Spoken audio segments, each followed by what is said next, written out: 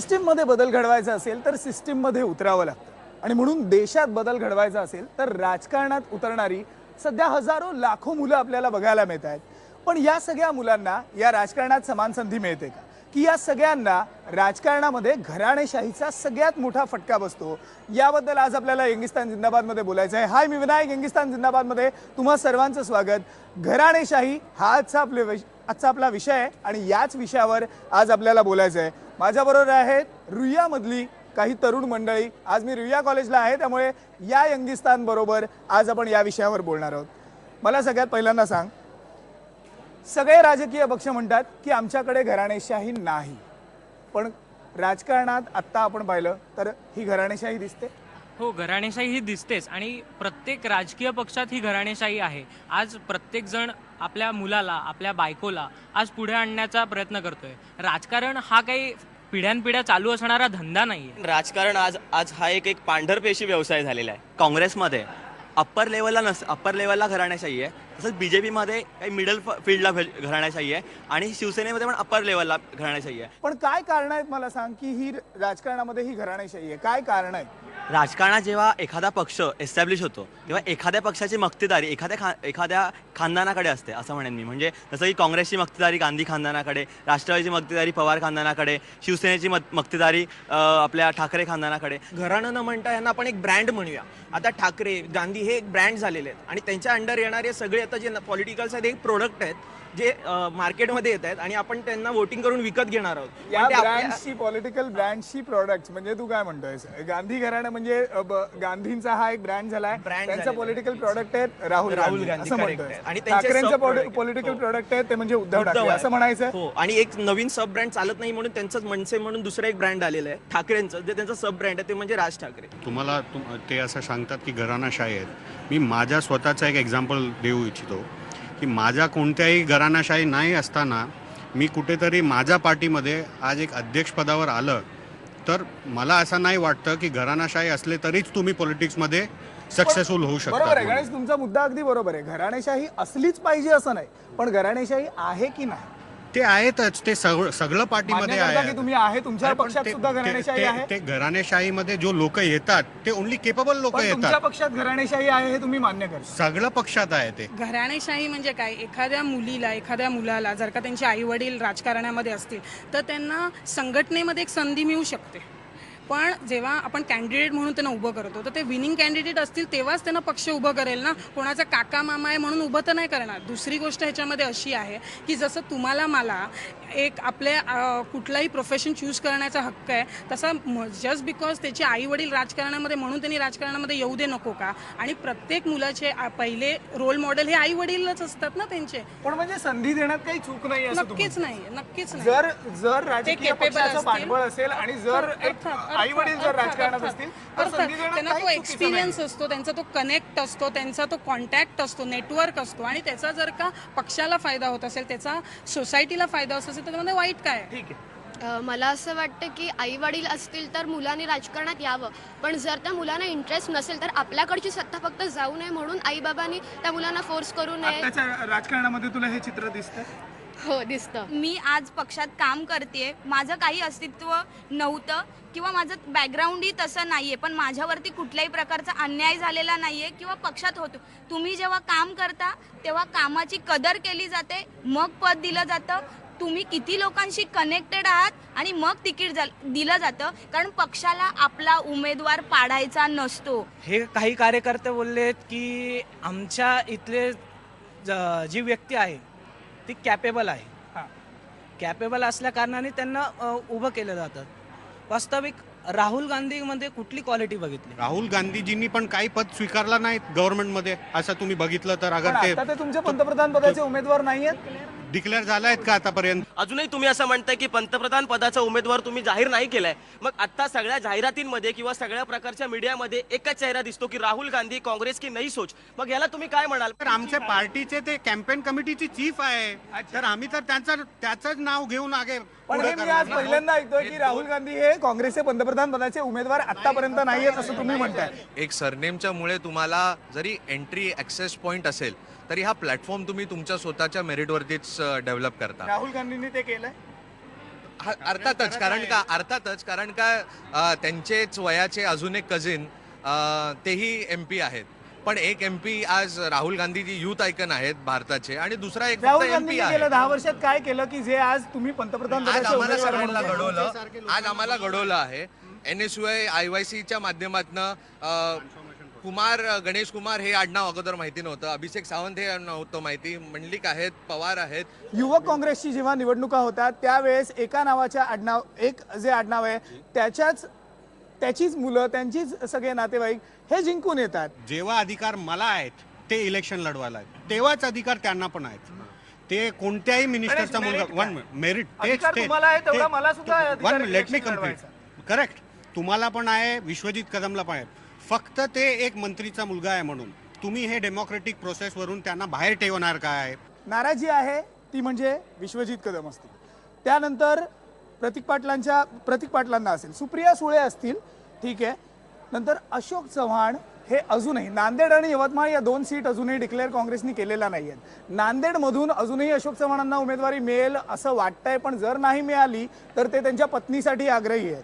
यवतमाळमध्ये माणिकराव ठाकरे स्वतः त्यांना सीट जर दिली तर ठीक आहे, नाही तर ते त्यांच्या मुलासाठी आग्रही आहेत. या गोष्टी या तुम्हालाही सुद्धा माहिती आहेत, या गोष्टी आम्हाला सुद्धा माहिती आहेत. मग याला घराणेशाही नाही म्हणायची तर काय म्हणायचं? ते विश्वजित कदमचा जे झाला आहे ते युवक काँग्रेसचा एक प्रदेश अध्यक्ष आहेत, ते एक पदावर आहेत आणि त्यांनी प्रूव्ह केला आहे. आपल्या नातेवाईकांना तिकीट मिळावं यासाठी दबाव टाकणं, या गोष्टी तुमच्या पार्टीत होत नाहीत का? आणि जर त्या होत असतील पार्टी कुठे ते दबावमध्ये येतात आणि मग सगळं अजूनही decision नांदेड आणि घेतात. यवतमाळची सीट डिक्लेअर का नाही झाली आहे? डेमोक्रेटिक प्रोसेस आहे म्हणूनच वेळ लागतोय. संधी मिळणं हे सोपं जातं, संधीचं सोनं करतील की नाही हे त्या उमेदवारावर आणि त्या एका इंडिव्हिज्युअलवर असतं. शरद पवार 14 वेळा निवडणूक लढवू शकतात, ते सुद्धा लोकसभेसाठी निवडणूक लढवू शकतात आणि यावर्षी आज जर शरद पवार राज्यसभेवर जाऊ शकतात, सुप्रिया सुळेंना मग ग्राउंड लेवलपासून निवडणूक का लढवावी नाही लागली?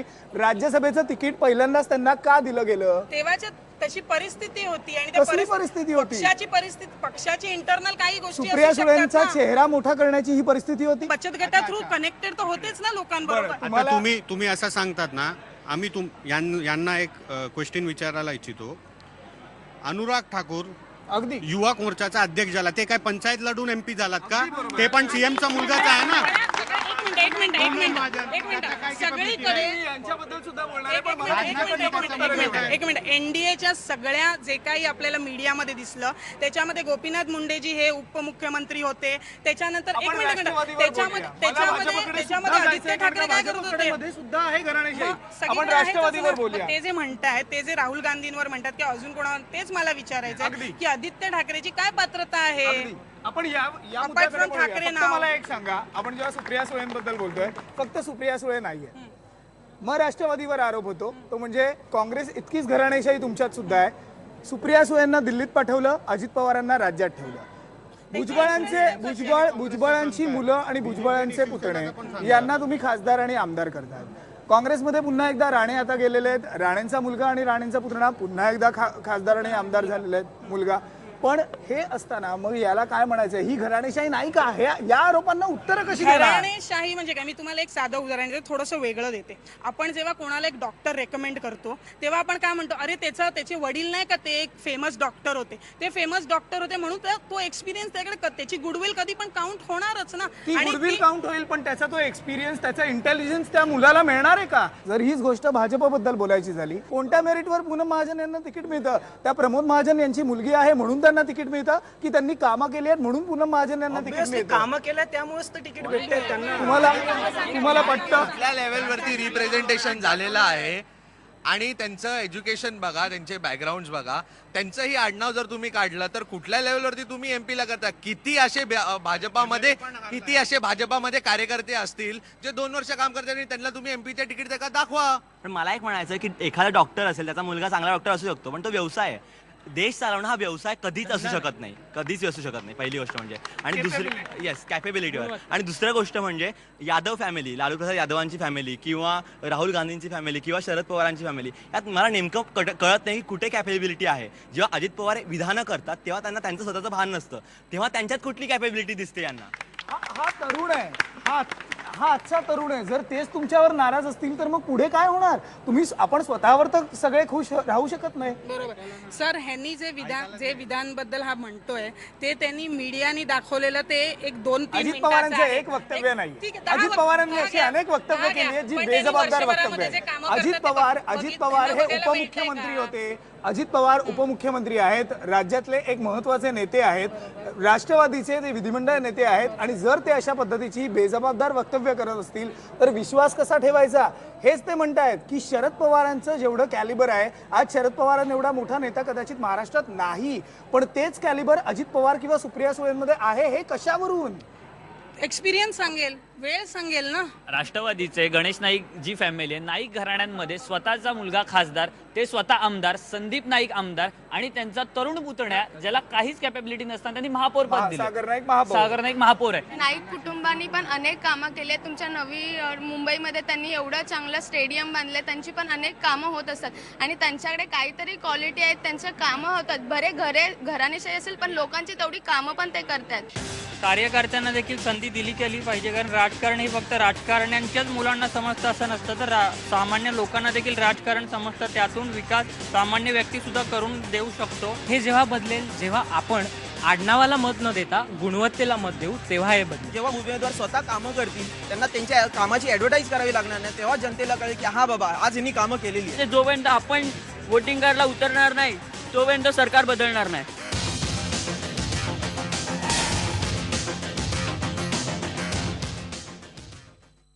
जेव्हा एका नेत्याचा मुलगा किंवा मुलगी किंवा कोणीही राजकारणामध्ये येतं, तुम्हाला काय दिसतं?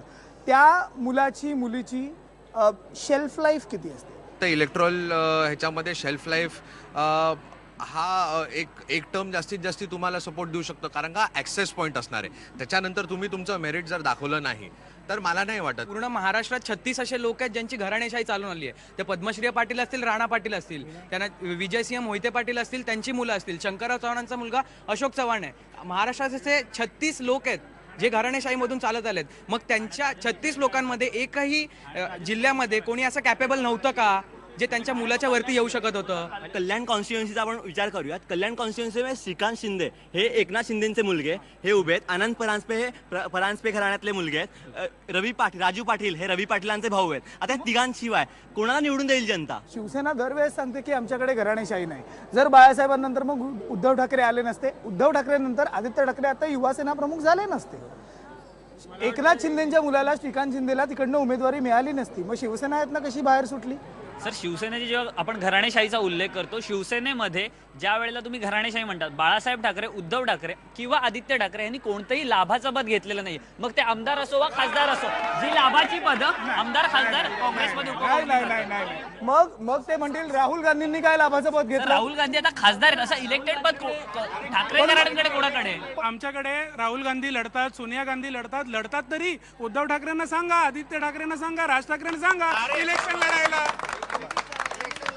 लोकप्रतिनिधित्व करण्याचं काम आहे. याच्यावर लाभाचा पद काय? बोलायला खूप सोपं आहे. मग मी हे पुन्हा माझ्या एकदा राहुल लाभाचं आहे का? गांधींकडे याचं आलो, लाभाचं आहे पण का? मग जर मी पुन्हा एकदा राहुल गांधींकडे आलो तर तुमच्याकडे काय उपयोग आहे? तुम्ही तुमच्याकडे डेमोक्रेसीला सवाल उत्तर करतात काय? का? मला सांग. मग जर लाभाचं पद नाहीये आणि बरोबर आहे लाभाचं पद नाहीये, त्याच्यावर काम हे करण्यासाठी थिंकिंगच केलेलं आहे. गलत आहे ना. मग पुन्हा कुठेतरी. एकदा ते विचारतील की राहुल गांधींनी अमेठीसाठी काय केलं? तुम्ही राहुल जाऊन गांधी- बघा अमेठीला. अमेठीचा किती विकास झालेला आहे? अरे तुम्ही जाऊन बघा.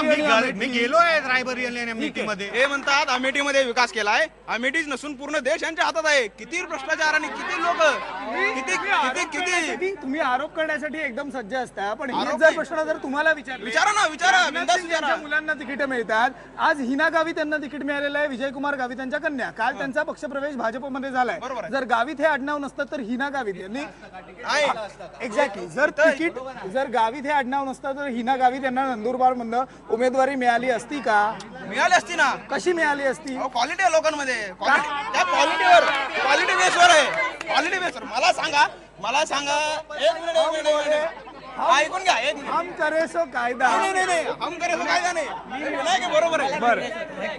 बरं झालं गोष्ट हिना गावित आणि यांची सर्वांचं आलं, परंतु त्यांनी सामाजिक कार्य केलेलं आहे. जनसामान्यांमध्ये वावरलेला आहे या गावी त्या भागातला आहे आदिवासी भागात रोहित एक मिनिट मला सांग, त्या जेव्हा सुप्रियाताईंबरोबर काम करत होत्या तेव्हा हीच गोष्ट तुम्ही बोलला असतात?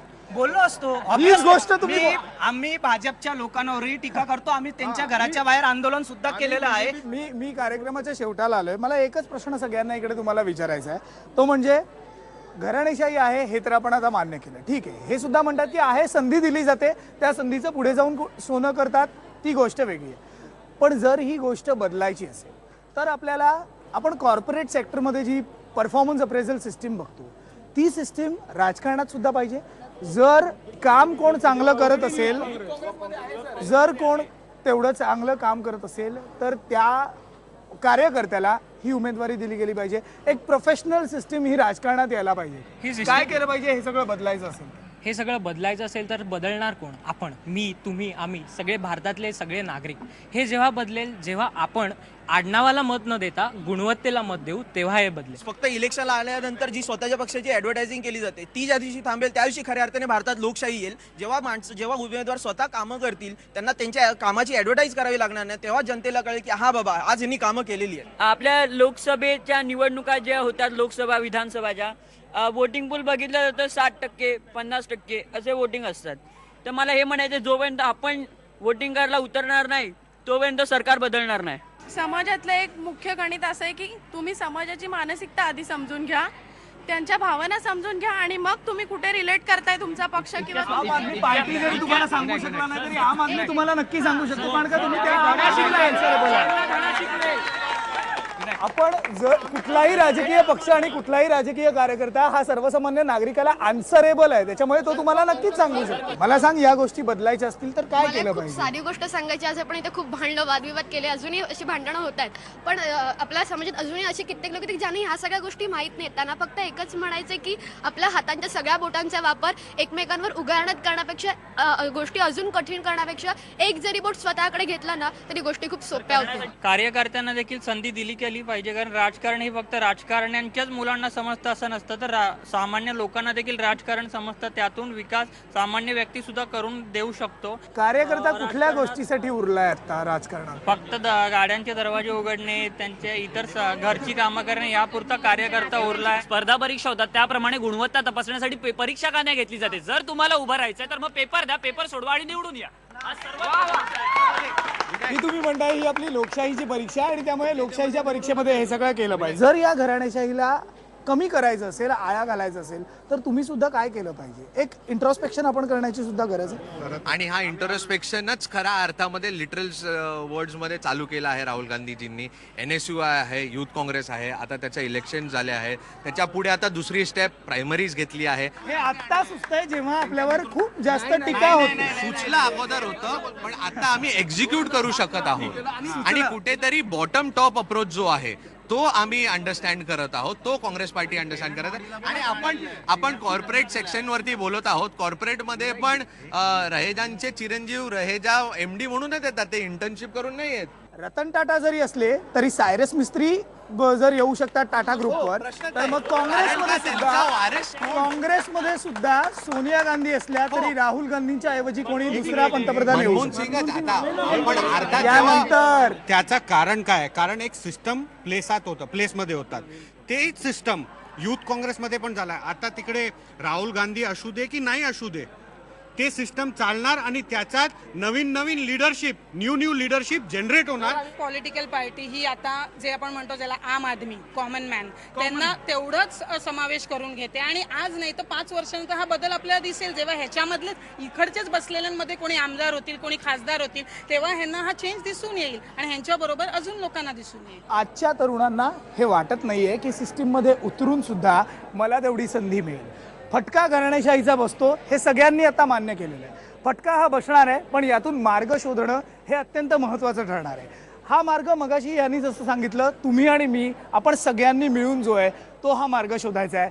बघूयात यातनं आपल्याला मार्ग मिळतोय का. घराणेशाही नाही असं जरी या सगळ्या राजकीय पक्षांचं म्हणणं जरी असलं तरी खऱ्या अर्थानं घराणेशाही आहे किंवा नाही हे मतदार राजाला चांगल्या अर्थानं माहिती आहे. धन्यवाद तुम्हा सर्वांचे या चर्चेत सहभागी झाल्याबद्दल. आज यंगिस्तान जिंदाबादमध्ये इथेच थांबूयात. पहा फक्त IBN न्यूज.